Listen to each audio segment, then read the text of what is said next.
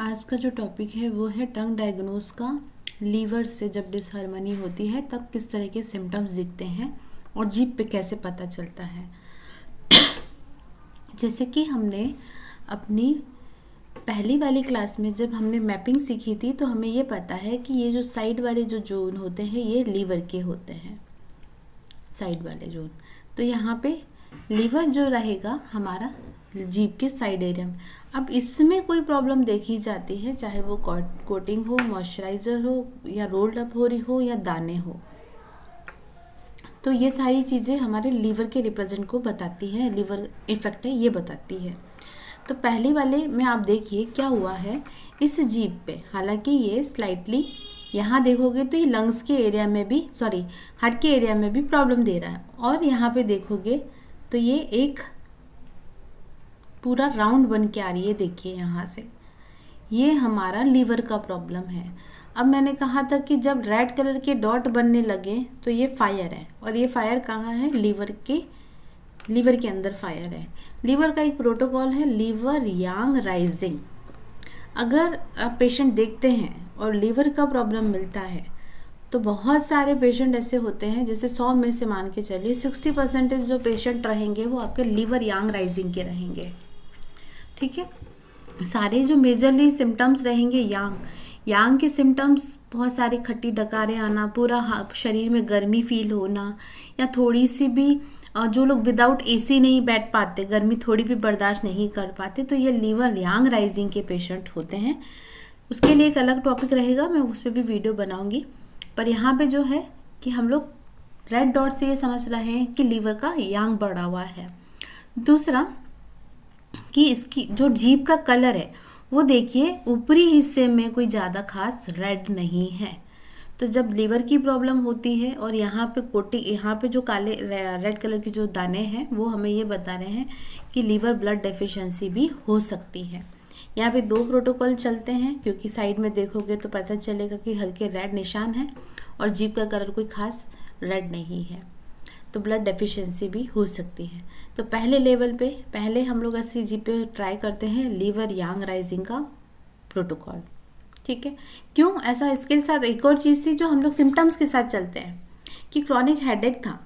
Headache अगर हम लोग समझें तो गॉल ब्लैडर और इसमें लीवर के में भी अलग अलग होता है। इसको जो प्रॉब्लम थी, हेडेक थी, वो टेम्पोरल एरिया पे थी। दूसरा कि गर्मी की वजह से, इस वजह से मैं लीवर यांग का प्रोटोकॉल बोल रही हूँ।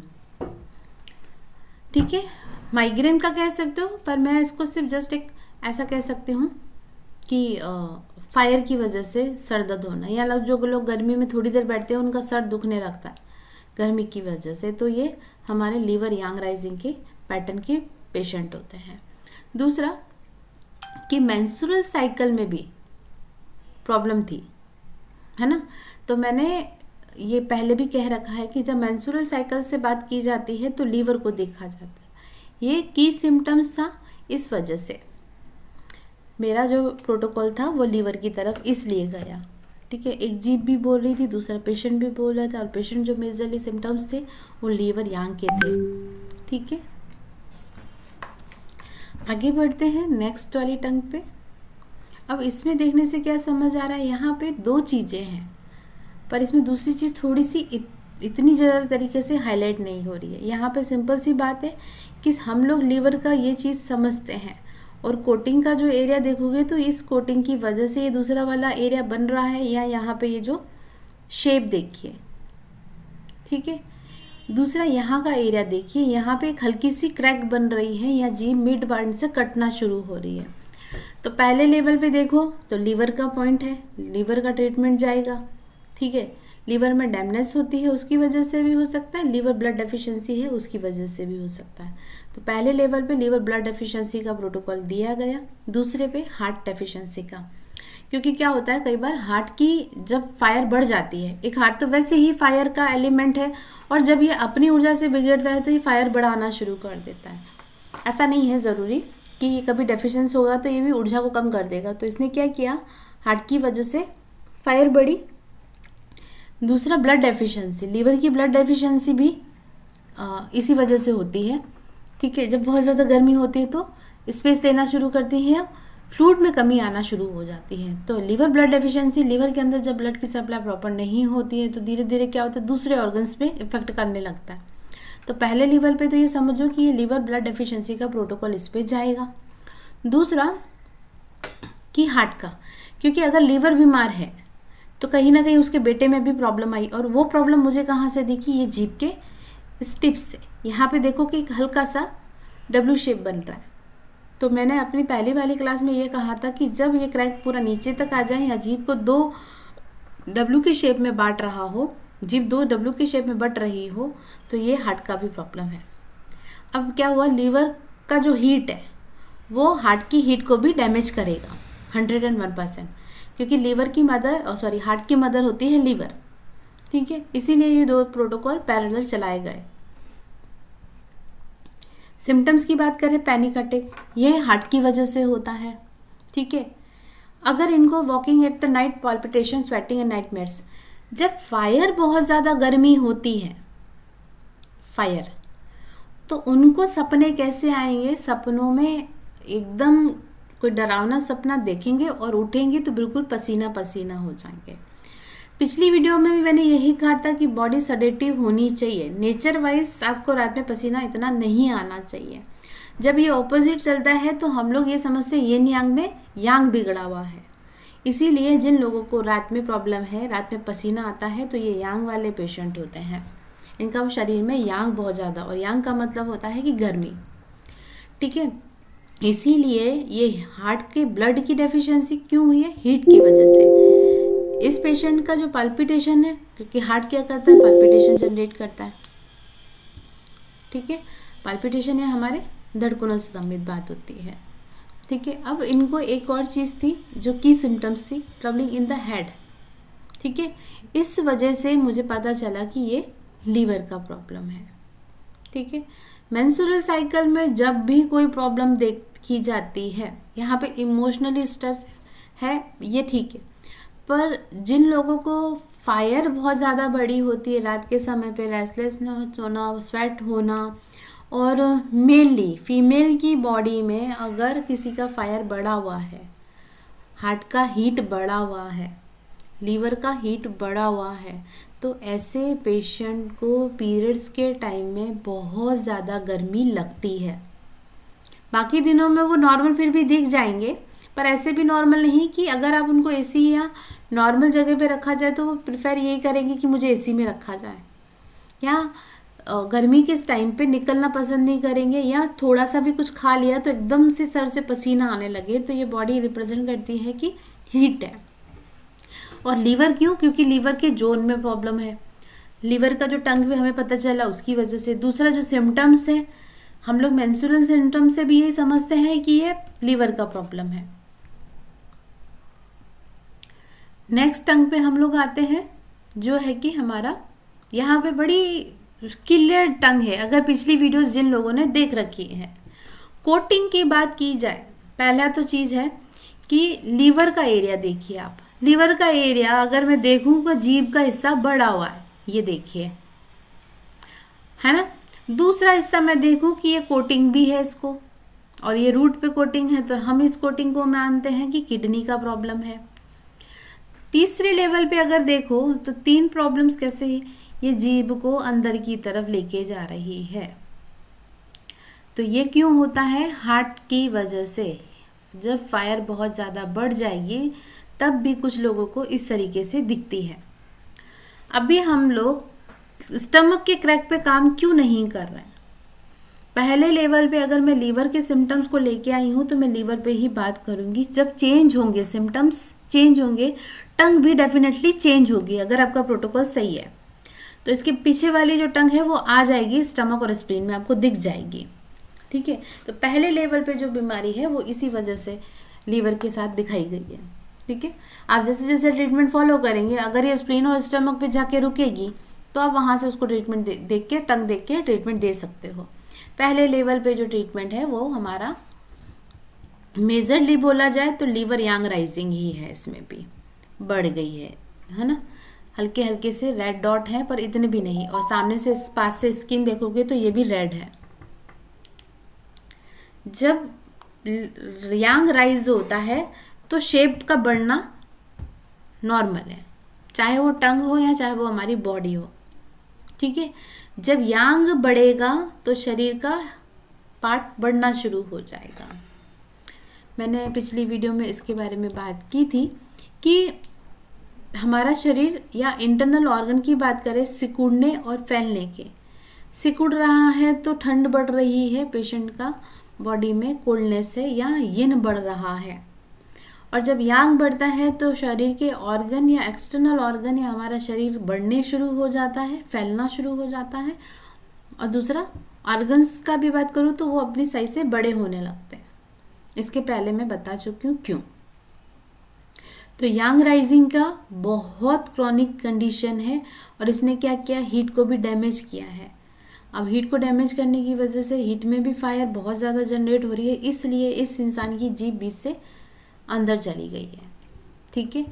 दूसरा चीज़, क्रैक को देखोगे तो स्टमक का भी है, हार्ट का भी है, लंग्स का भी है। तो पहले लेवल पे हम लोग शुरुआत सिर्फ लीवर यांग राइजिंग से करते हैं। अब यहाँ पे सिम्टम्स जो थे उसकी वजह से भी काफ़ी कुछ क्लियर था। हेड एरिया में फायर फील होना, हीट सेंसेशन होना हेड एरिया में, सर दर्द नहीं है, सिर्फ गर्मी महसूस होना। या जिन लोगों का ऐसा होता है, ये थोड़ा सा टिपिकल है चीज़ें समझना, कि पूरे शरीर में कहीं पसीना नहीं आता, सिर के एरिया में पसीना आके बाल चिपचिपे हो जाना, ये लीवर का फायर है, ठीक है। हेडेक की क्या है, तो हेडेक हीट सेंसेशन की वजह से आया समझ में। रेस्टलेसनेस होना, ये नॉर्मली हार्ट की वजह से होता है। हार्ट बंद होना, ये भी हार्ट की वजह से होता है। जब हार्ट में फायर ज़्यादा होती है तो लोकल एरिया पे बहुत जलन महसूस होती है, ठीक है। अब इसको एक चीज़ और थी कि स्टमक में पेन था, हमने ट्रीटमेंट नहीं दिया, ऐसे टंग का ट्रीटमेंट स्टमक का नहीं दिया, क्योंकि पहले से मैं समझा रही हूँ कि जीभ पे सिम्टम्स मल्टीपल हैं, पर हमने रूट कॉज पे ही काम किया है। 10 से 15 दिन के बाद जब ऐसे पेशेंट को देखते हैं तो उसके बाद हो सकता है, मेरा जो एक्सपीरियंस है, वो पेशेंट स्प्लीन व स्टमक की तरफ चला गया था। सिम्टम्स थोड़े से डाउन हुए, डेफिनेटली चीज़ें थोड़ी बहुत चेंज मिली।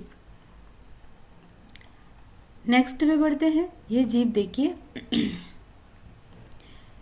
यहाँ पे मैंने जो जीभ पे दांत बनने के निशान होते हैं, मैं पहले भी बोल चुकी हूँ, ये हमारा स्प्लीन का पॉइंट होता है। स्प्लीन की डेफिशिएंसी का पॉइंट अप्लाई किया जाता है। दूसरा देखा जाए तो कोटिंग है पर इतनी डीप नहीं है। तो फर्स्ट लेवल पे की स्टैग्नेशन, क्योंकि जीभ का कलर हल्का येलो से मैच खा रहा है, पिंकिश है। पिंकिश भी कोई ऐसा पिंक नहीं है कि बेबी पिंक वाला, एक हेल्दी डीप नहीं, ऐसा नहीं है। तो इसका पहला प्रोटोकॉल था लीवर की स्टैग्नेशन, ठीक है। दूसरा था स्प्लीन की डेफिशिएंसी। सिम्टम्स की बात करें तो ऐसे पेशेंट का आगे चल के क्या ट्रीटमेंट हो सकता है वो भी मैं समझा देती हूँ। इस पेशेंट को एक्यूट सॉर थ्रोट था, ठीक है, स्टमक पेन आफ्टर ईटिंग, किसी को खाना खाने के बाद भी दर्द हो रहा है, तो पहले लेवल पे हम लोग लीवर को काम देते हैं या लीवर के साथ ट्रीट करते हैं। और ऐसे पेशेंट को जब हील किया जाता है तो उसके बाद आपको पता चलेगा कि इस पेशेंट को स्टमक की एनर्जी भी एक्सेस है। जिन लोगों का ये कहना होता है कि हमें खाना खाने के बाद बुरा फील होता है या अच्छा फील नहीं होता है या पेन बढ़ जाता है, तो ये स्टमक में एक्सेस एनर्जी होती है। आने वाले प्रोटोकॉल में इसके बारे में भी बात करूँगी। पर स्टमक का डेफिशिएंसी क्या होता है, जब खाना खाने के बाद अच्छा लगे, स्टमक की एनर्जी उसको मिल जाए तो अच्छा लगे, तो डेफिशिएंसी थी। अगर उसको खाना खाने के बाद अच्छा नहीं लग रहा तो एनर्जी ऑलरेडी वहाँ पे प्रेजेंट थी, आपने दूसरी तरह से एनर्जी दी तो उसको अच्छा नहीं लगेगा। एक्सेस ऑफ एनर्जी बॉडी के किसी भी पॉइंट पे हो, किसी भी जगह पे हो, वो पेन लाएगी। टीसीएम में ये कहा जाता है कि बॉडी का कहीं पे भी पेन है तो ये एक्सेस ऑफ एनर्जी है, ऊर्जा का एक ही जगह पे इकट्ठा होना या बहना। तो यहाँ पे 2 प्रोटोकॉल है। लीवर की स्टैग्नेशन, लीवर के अंदर जब ऊर्जा रुकने लगती है तो उसका अलग प्रोटोकॉल होता है। अच्छा, दूसरा चीज़ कि लीवर एक इंडिविजुअल ऐसा टॉपिक है जो बहुत लंबा है, उसमें बहुत सारे पैटर्न प्रोटोकॉल हैं, और ये ऐसा ऑर्गन है, सिंपल सी बात है, इसका जो रात का समय होता है 1 से 3 बजे का होता है, ठीक है। अब हम कभी भी देखते हैं किसी को, हम लोग को, हमें नहीं पता, हम ऐसे ही एक लाइन बोल देते हैं कि कोई कहता है कि मैं सुबह थका तो तुम रात को नींद सही नहीं लेते हो, कोई कह रहा है कि मुझे टेंशन है तो तुम रात की नींद सही कर लो, है ना। हम कुछ चीज़ें अपने आप से बोल देते हैं कि खाना जल्दी खा लिया, कोई कह रहा है खाना नहीं खा, खाना मेरे को डाइजेस्ट होता है, या रात को मेरे को रात मुंह की तरफ खाना आता है, तो हम पे क्या बोलते हैं, खाना जल्दी खा लिया करो, इससे आपको क्या प्रॉब्लम ठीक हो जाएगी। ऐसा हम लोग जाने अनजाने में बोलते हैं, पर कहीं ना कहीं इसके पीछे का साइंस हम लोगों को भी पता है। अब अगर खाना खाने की बात है, या स्टमक की प्रॉब्लम की बात है, या लीवर की प्रॉब्लम की बात है, मैंने अपना 2018 से जो मैं देख रही हूँ, आधे से ज़्यादा प्रॉब्लम रात की 1 की 3 की नींद ही है। इससे पहले वाला, इससे बाद वाला इतना ज़्यादा दिक्कत नहीं करता जितनी रात से 1 से 3 वाली नींद होती है। अगर इस टाइम पेशेंट डिस्टर्ब रहता है, या सो नहीं पा रहा है, या इस वक्त उसको कोई प्रॉब्लम हो रही है, सबसे पहला उसी पे ट्रीटमेंट कीजिए। अब मेरा अगर मैं बोलूँ कि मेरे पास कोई पेशेंट आता है और वो 50 चीज़ें मुझे बोल रहा है, मैं सिर्फ इतना पूछती हूँ कि आपका रात से 1 से 3 वाला नींद कैसा है। अगर वो कहता है कि ठीक है, तो फिर हम उसके सिम्टम्स पे जाते हैं, और अगर वो कह रहा है कि नहीं ऐसा नहीं है, तो पहले लीवर को पकड़ती हूँ, पहले लीवर का ट्रीटमेंट करती हूँ। क्यों? क्योंकि बाकी सारे साइकिल तो उसके सब हाथ में होते हैं। अगर मैं कह रही हूँ कि 5 से 7 स्टूल पास करना चाहिए, 9 से 11 आपको खाना खाना, 7 से 9 के आपके बीच में अच्छा खाना खाना चाहिए, स्प्लीन के लिए अगर कोई रेमेडी कर रहे हो तो इस वक्त करना चाहिए, इस वक्त करना चाहिए, दिन बाकी सारा जो टाइम है वो सारा इंसान के हाथ में होता है। एक रात से 1 के टाइम पे सिर्फ उसको अपनी बॉडी के अकॉर्डिंग काम करना होता है, 1 से 3 नींद लेनी होती है। यही एक ऐसी चीज़ है जो यूनिवर्सली पहले ही तय करी हुई है। तो आप जब इस चीज़ में प्रॉब्लम देखो तो सबसे पहले वो ठीक करो, बाकी ये सर्कल अपने आप ठीक हो जाएगा। जाने अनजाने में हम ये चीज़ें बोलते हैं कि सो जाया करो, कोई कहता है मैं सुबह में लेट उठता हूँ, मेरे से नींद ही नहीं खुलती है, तो ये प्रॉब्लम हमारा, सीधी सी बात है, जो लोग रात को 1 से 3 बजे की नींद अच्छी ले लेते हैं तो उनका आगे का साइकिल अच्छा होता है। अब होता क्या है कि मान लीजिए कि हम किसी फंक्शन में गए, एक दिन हम लोग 1 से 3 बजे नहीं सोए, फंक्शन था, लेट नाइट चला हम लोग, ठीक है, सेकेंड डे भी ऐसा कर सकते हैं, थर्ड डे भी ऐसा करते हैं। आप डेफिनेटली देख लेना, मुझे इस चीज़ के बारे में आप बताइएगा कि ये लोग कितने लोग फील करते हैं। अगर बॉडी का एनर्जी 24 घंटे सेम चल रहा है और वो 1 से 3 बजे हम लोग अच्छा खासा एंजॉय कर लिए, 3 या 4 दिन के बाद आप देखना कि उनकी बॉडी में चेंजेस आने लगेंगे, अननेसेसरी थकान महसूस होने लगेगी या इरिटेशन आने लगेगी। और हमारे मुंह से यार क्या कहता है कि 4 दिन में शादी में था, मुझे लेट सोने को मिला, वो इरिटेशन उसके चौथे से 5वें दिन बॉडी पे दिखना शुरू हो जाती है। ऐसा क्यों होता है? लीवर रात के समय सोने के टाइम पे हमारी बॉडी को डिटॉक्स करता है, पूरे टॉक्सिन्स को बाहर निकालता है।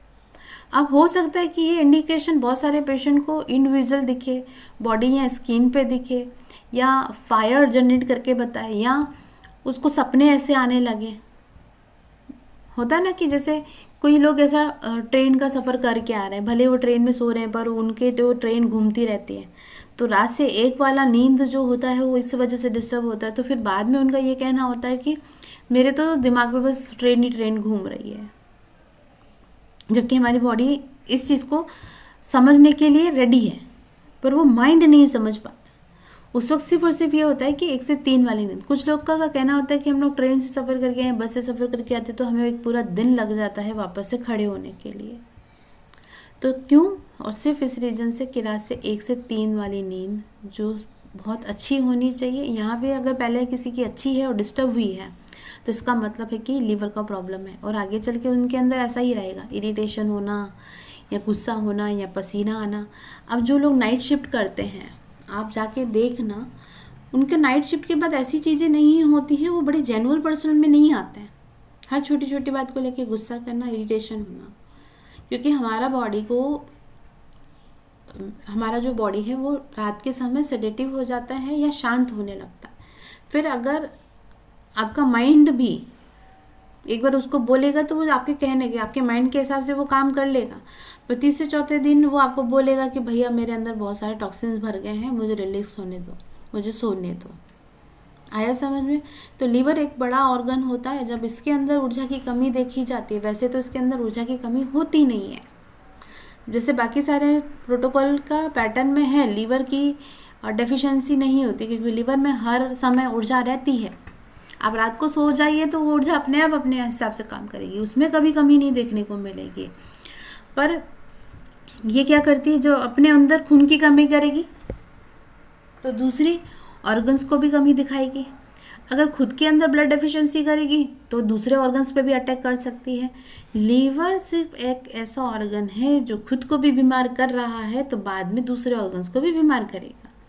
एग्जाम्पल के तौर पे मैं यहाँ पे लाइन समझा देती हूँ कि जिन लोगों का आवाज़ सडन चला जाए तो ये लीवर का प्रॉब्लम है, अस्थमा है, सांस लेने और छोड़ने में। जिनको छोड़ने में दिक्कत है तो वो लीवर का प्रॉब्लम है। इससे पूरा एक बड़ा वीडियो बनाऊंगी लीवर को लेके, तब आपको बहुत सारी चीज़ें क्लियर हो जाएंगी। सिर्फ और सिर्फ रात का 1 से नींद अच्छा गहरा होना चाहिए, जब आपके माइंड बिल्कुल शांत होना चाहिए, तो आप देखोगे कि आपकी 40 to 60% जो डिजीज है वो वैसे ही ठीक हो जाएगी। ठीक है, नेक्स्ट में बढ़ती हूँ। अब ये जी बड़ी अलग है, कोटिंग भी है, क्रैक भी है, और अगर मैं रूट की बात करूँ तो रूट से थोड़ा सा साइड में है। ठीक है, पहले सबसे पहले हमने इनको ट्रीटमेंट ऐसे वाले को दिया था, लीवर की स्टैग्नेशन। याद रखना बहुत सारी प्रॉब्लम है, पर यहाँ पे जो ये वी शेप बन रहा है यहाँ से, ये देखिए, ये हमें पूरा लीवर का प्रॉब्लम बता रहा था। यहाँ की तरफ देखो तो छोटे छोटे दाने भी हैं। ठीक है, ह्यूमिडिटी की वजह से कोटिंग भी बन रही है। कोटिंग में एक हिस्सा देखो कि बीच का छूटा हुआ है। ठीक है, अब पेशेंट के सिम्टम्स भी ऐसे ही थे, लीवर, किडनी और गॉल ब्लैडर। गॉल ब्लैडर इसलिए कि टॉक्सिन्स नहीं निकल रहे थे। ठीक है, लीवर रात में रिलैक्स नहीं हो रहा था, इसलिए टॉक्सिन्स नहीं निकल रहे थे, तो इस वजह से ये टॉक्सिन्स की वजह से ऐसी जीभ हो जाती है। हॉट फीट, पाँव में बहुत ज़्यादा गर्मी फील होना। ट्रेमर्स, ट्रेमर्स का मतलब ये होता है कि जैसे बॉडी में विंड जब बहुत ज़्यादा जनरेट होती है तब क्या होता है कि बॉडी में ट्रेमर्स आने लगते हैं। ठीक है, हम लोग अपनी भाषा में इसको कहते हैं फड़कन। कभी बॉडी में किसी हिस्से पे ट्रेमर्स फील हो, कभी किसी हिस्से पे ट्रेमर्स फील हो, तो ये लीवर का प्रॉब्लम है। आंखों का फड़कना एक नॉर्मल नहीं है, ये लीवर विंड को बताता है। पर सबसे पहला, लीवर विंड जब एक्सेस होती है तो ये क्या करती है, लीवर की ऊर्जा को रोकना शुरू कर देती है, गैप गैप में चलेगी। तो पहले लेवल पे की स्टैग्नेशन का प्रोटोकॉल जाएगा, सेकंड लेवल पे लीवर विंड का जाएगा। क्यों? क्योंकि हमने इनकी जीभ और इनके सिम्टम्स देखे तो हमें पहले पता चला कि ये लीवर की स्टैग्नेशन वाला प्रोटोकॉल है। अब यहाँ पे लीवर की स्टैग्नेशन या लीवर के अंदर जब ऊर्जा का रुकाव देखा जाता है तो 3 पॉइंट रट लो, लीवर 3, 13 और 40। ऐसे पेशेंट को, लीवर की स्टैग्नेशन वाले को, पेशेंट को एक सिंगल सिम्टम्स नहीं मिलेगा, उसका जगह जगह पे प्रॉब्लम मिलेगा। अब वो प्रॉब्लम ऐसा भी नहीं होगा कि बहुत ज़्यादा होगा और ऐसा भी नहीं होगा कि उनको भुला जा सके, कभी कुछ ऐसा लगा रहेगा।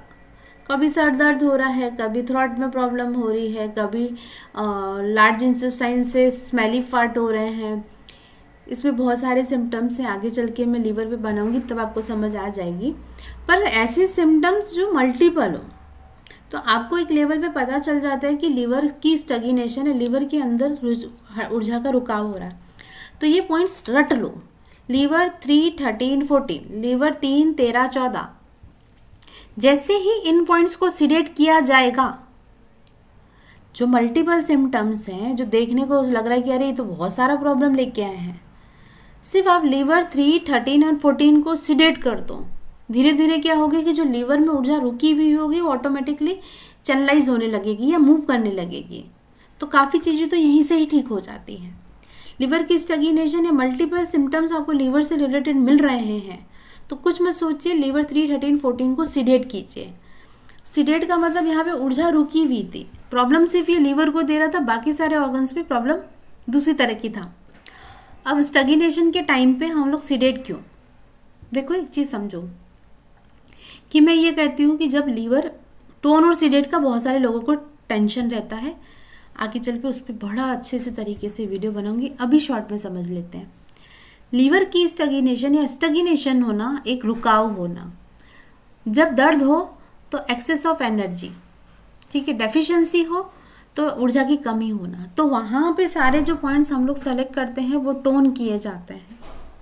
एक्सेस ऑफ एनर्जी तो वहाँ पे टोन किए जाते हैं, ऊर्जा को घटाया जाता है। दूसरा, कोई चीज़ को नीचे धकेलने के लिए सीडेट किया जाता है, ऊर्जा को दूसरी दिशा में बहाने के लिए सीडेट किया जाता है, मतलब एक तरह से धक्का दिया जाता है। तो याद रखना कि जब भी किसी ऊर्जा की कमी है, कमी नहीं सॉरी, कोई ऊर्जा वहाँ पे रुकी हुई है तो हम उसको धक्का देने के लिए सीडेट करते हैं। आया समझ में? आगे बढ़ते हैं।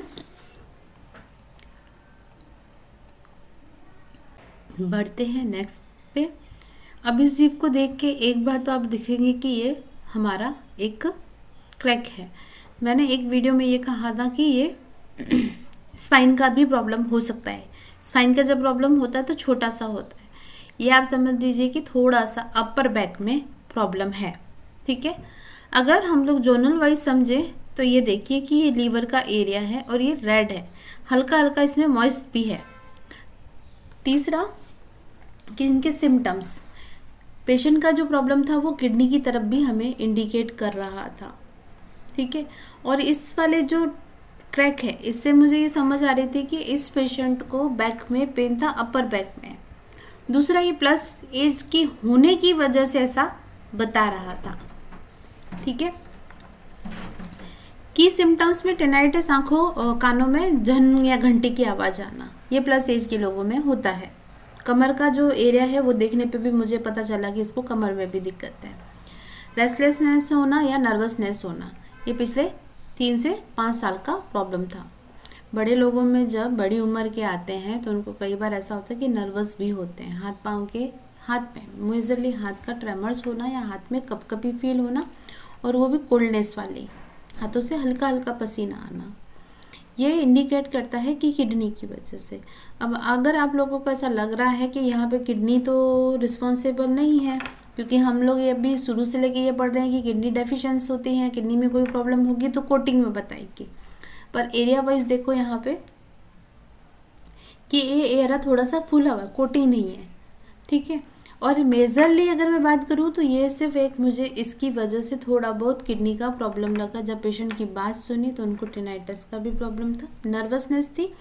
नर्वसनेस का मतलब है कि किसी बड़ी चीज़ को करने के लिए नर्वस होते थे, जिससे उनको फियर था गाड़ी चलाने की वजह से, है ना।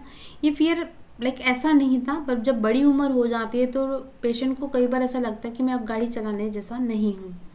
उस वक्त जो पसीना छूटता है ये वो वाला नर्वस था। रेस्टलेसनेस होना हार्ट की वजह से भी होता है, पर मेजरली यहाँ पे जो सिम्टम्स इंडिकेट कर रहे थे वो किडनी की वजह से थे।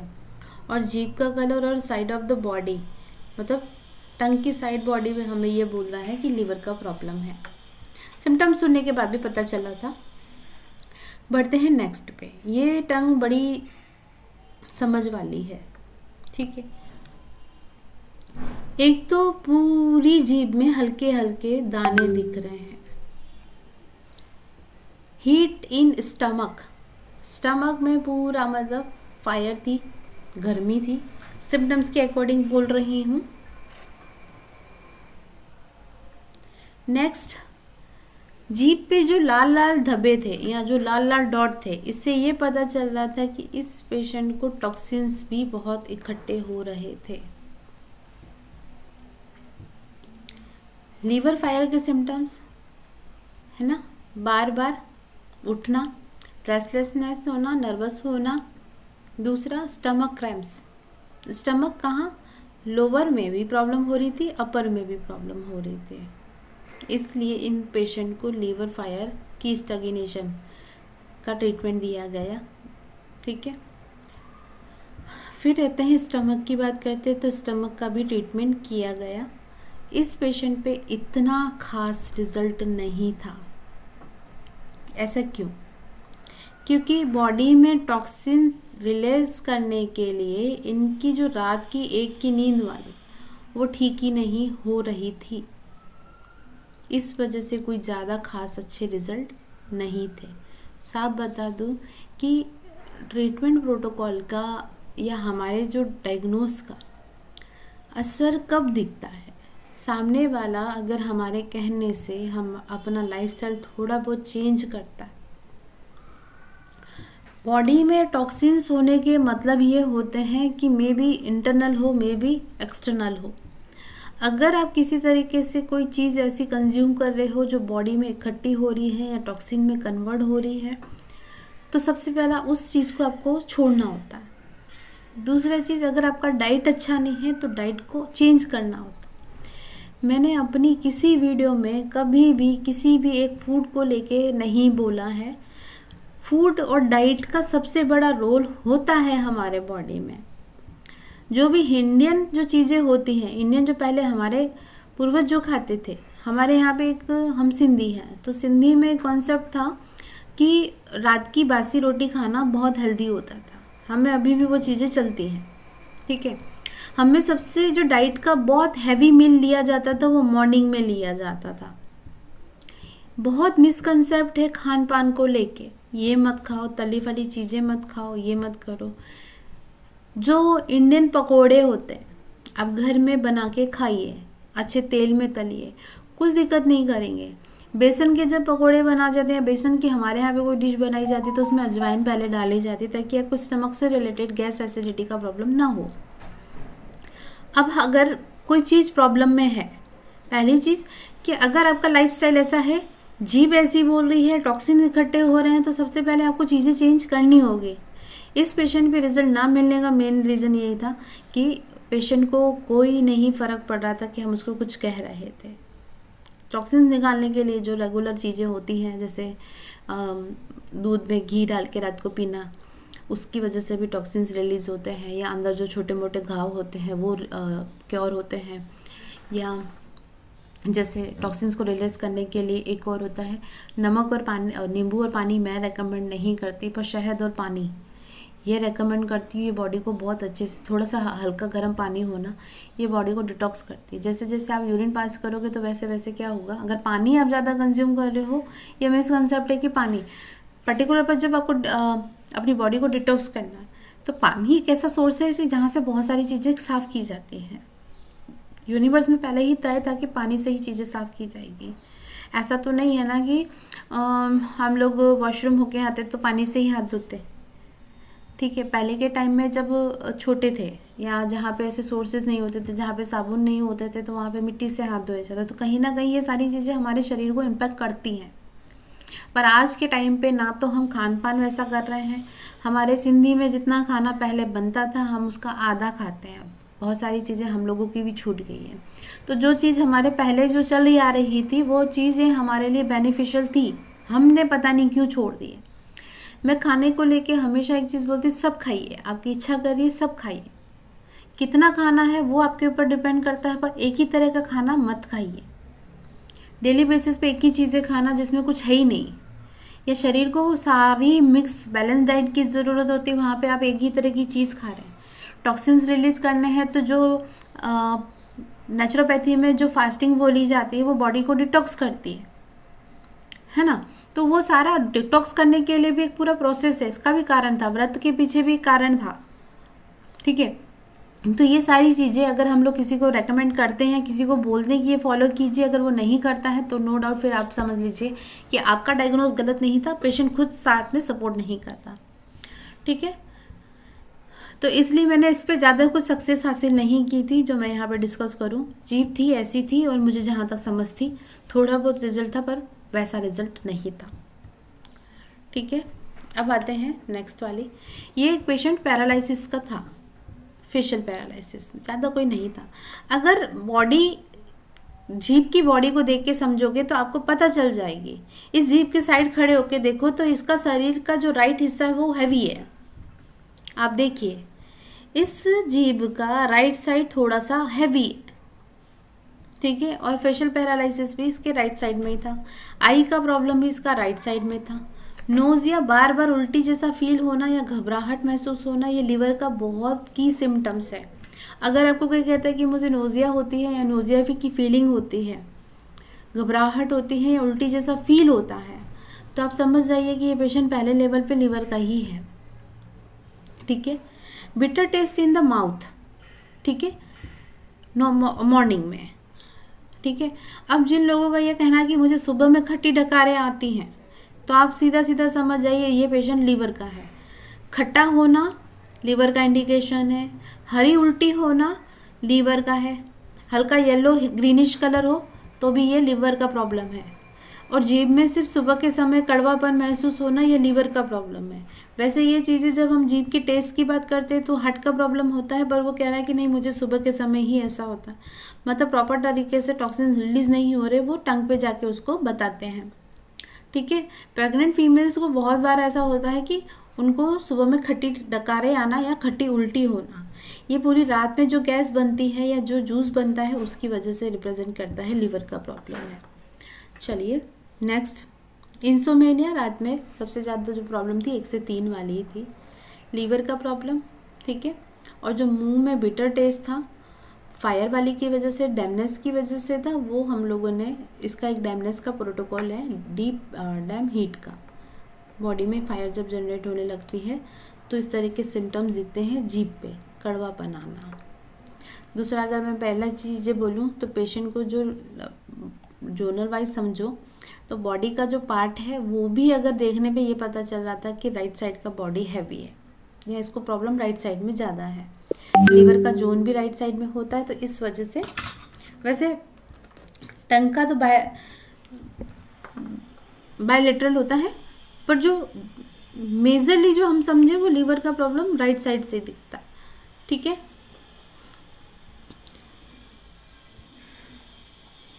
नेक्स्ट आते हैं, ये लीवर की स्टैग्नेशन का ही प्रोटोकॉल है। अगर ऐसा क्यों बोला गया है, ये देखिए जोनल वाइज देखिए, ये जीभ, ठीक है, ये कैसी है, अंदर की तरफ रोल्ड अप हो रही है। ठीक है। ये पेशेंट का अगर क्रैक बोलूँ तो कैसा है, साइड में जा रहा है। प्रॉब्लम अगर मैं बोलूँ तो राइट साइड में ज़्यादा है। ठीक है। एक सिम्टम्स ये है कि लीवर के साइड, राइट साइड में होता है तो प्रॉब्लम, अगर जीभ को हम लोग मिड से डबल भाग में बांटते हैं, 2 भागों में बांटते हैं, तो इसका प्रॉब्लम अगर मैं बोलूँ तो सबसे ज़्यादा लीवर की तरफ से है। ठीक है। सिम्टम्स की बात करें, स्टमक पेन भी था, पाल्पिटेशन भी थी, क्योंकि यहाँ पे भी एक हल्का सा रेड है, और इस वाली एरिया पे देखो कि थोड़ा मॉइस्चराइज़र भी है, मॉइस्ट थोड़ा सा चमकीला है। ठीक है। इस पेशेंट को मॉर्निंग में बहुत ज़्यादा सर दर्द होता था, धीरे धीरे जैसे ठीक होना समय नीचे जाता तो उनको अच्छा लगता। एक सिम्टम्स और था कि इस पेशेंट को रात के समय, मतलब शाम के, संध्या के बाद, जैसे जैसे सूरज जलता जा रहा था वैसी कंडीशन में इनको अच्छा लगता था। नेक्स्ट आते हैं,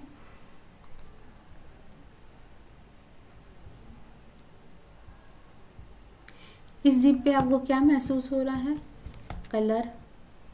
ठीक है। स्टमक में भी क्या है, पेन था। इसमें एक प्रोटोकॉल है, क्योंकि जीभ का जो ये क्रैक है ना, क्रैक और ये गड्ढा बन रहा है। इस पेशेंट पे बहुत सारे सिम्टम्स थे, बॉडी में भी और जीभ पे भी। दिखने में तो ये बड़ी नॉर्मल सी है कि यहाँ पे कोटिंग है तो ये किडनी का प्रॉब्लम है। यहाँ पे देखोगे कि पूरा क्रैक बन रहा है, ये क्रैक है, ना कि आसपास के एरिया के सूजन की वजह से क्रैक बन रहा है। ठीक है। और ये रेडनेस देखो जो लाइट है। ठीक है।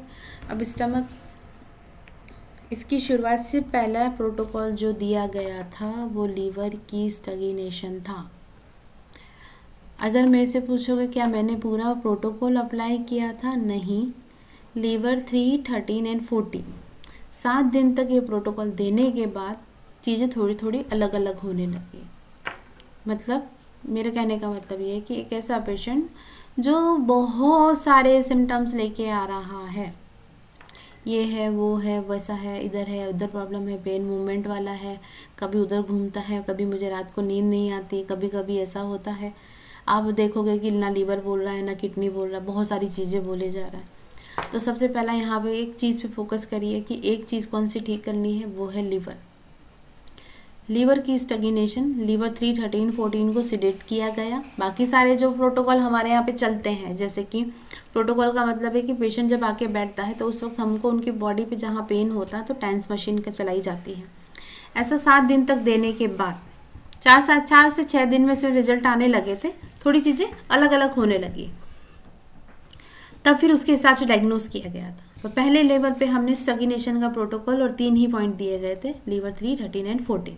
याद कर लीजिए, जब मल्टीपल सिम्टम्स हो और आपको समझ नहीं आ रहा तो लीवर के अंदर ऊर्जा रुकी हुई है, उसको चलाना शुरू कर दो, तो धीरे धीरे देखोगे कि चीज़ें थोड़ी डिफरेंट होने लगेगी। फिर आपको पढ़ने में या समझने में या पेशेंट को डायग्नोस करने में ज़्यादा दिक्कत नहीं आएगी। नेक्स्ट जिप है, ये भी पूरी दिखा रहा है कि मॉइस्चराइजर है। यहाँ पे एक वाइट कलर का दाग है। रोल अप की बात करें तो लेफ्ट साइड में इसको ज़्यादा प्रॉब्लम थी, क्योंकि ये अंदर की तरफ इस तरफ से है। ठीक है, रेस्टलेसनेस होना, इरिटेबल होना, स्लीपिंग प्रॉब्लम होना, ये भी वही 1 से 3 वाला प्रॉब्लम था। ब्लोटिंग होना, ठीक है। Pressure, feeling of pressure under the rib, इनको ऐसा लगता था कि रिब के इसके पास में प्रेशर पड़ रहा या कोई दबा रहा हो, ये वो वाली फीलिंग थी। मुझे जैसे वर्ड में आया मैंने वैसे लिखा। फटीग थी, फटीग हम लोग उसको लाइक ऐसा क्रॉनिक नहीं था, पर थकान होती थी। एक वेस्टर्न मेडिसिन के हिसाब से इनको डायग्नोस किया हुआ था हेपेटाइटिस सी।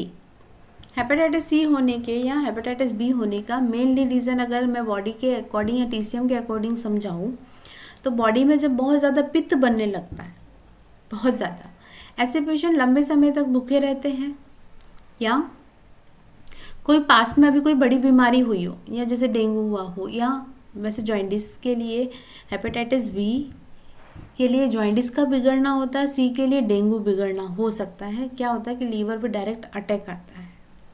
ठीक है, तो जब पेशेंट को कोई पास में हिस्ट्री में ऐसे कोई प्रॉब्लम हुई हो जिसके कारण वो लंबे समय तक बीमार रहा और उसने खाना पीना सही से नहीं किया हो, सबसे पहले तो एक चीज़ याद रखना कि जब लीवर वाले पेशेंट को होता है तो उसका खान पान भी अच्छा होना चाहिए, खाली पेट उसको नहीं रहना चाहिए। आया समझ में? क्योंकि जैसे ही वो खाली पेट ज़्यादा टाइम तक रहेंगे तो वहाँ पे ऑटोमेटिकली पित्त जमना हो जाएगा, और पित्त क्या करेगा, हेपेटाइटिस ए बी सी की कंडीशन लेके आएगा। वेस्टर्न मेडिसिन में इसको हेपेटाइटिस सी का प्रॉब्लम था, जहाँ पे लीवर के डैमेज होने के चांसेस होते हैं। और लीवर का डैमेज होने का दो सबसे ज़्यादा, जैसे आपको पता हो कि जो अल्कोहल लेते हैं, अल्कोहल की तासीर होती है गर्म, तो आप देखोगे कि उन लोगों को लीवर का ही प्रॉब्लम मेजरली मिलता, क्यों, पित्त बढ़ जाती है।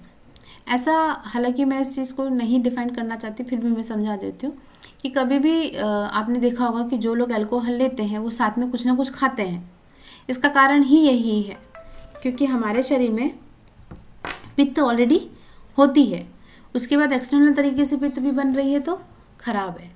ठीक है, तो यहाँ पे पित्त बनने का जो लीवर का प्रॉब्लम है वो सबसे ज़्यादा हेपेटाइटिस सी और बी के लिए, सी और बी के लिए ही कहा जाता है कि बहुत ज़्यादा शरीर में पित्त बनना। अब पित्त बन भी रहा है, साथ में एक्सटर्नल तरीके से भी पित्त बनाने के लिए, या कोई चीज़ को कंज्यूम कर रहे हो तो वो पित्त बढ़ाएगा और लीवर को डैमेज करेगा। चलिए, मैं आज की क्लास यहीं पे कंप्लीट करती हूँ। मिलती हूँ नेक्स्ट वीडियो में, जहाँ पे टंग से रिलेटेड ही सारे टॉपिक रहेंगे। आई होप कि आपको मेरी क्लास समझ आ रही हो। नोट्स देखिए, नोट्स के बाद आप मेरे जो लास्ट वाले वीडियोस हैं उनको भी फॉलो कीजिए, तो चीज़ें क्लियर हो जाएगी। और आने वाले समय में मैं ऐसी ही वीडियोस बनाने वाली हूँ जहाँ पे हम लोग इंडिविजुअल किसी डिजीज़ के ऊपर काम नहीं करने वाले। हम लोग डिजीज़ के लिए पॉइंट्स कैसे सेलेक्ट किए जाते हैं इस पे बात करेंगे। मिलते हैं नेक्स्ट वीडियो में। Bye bye.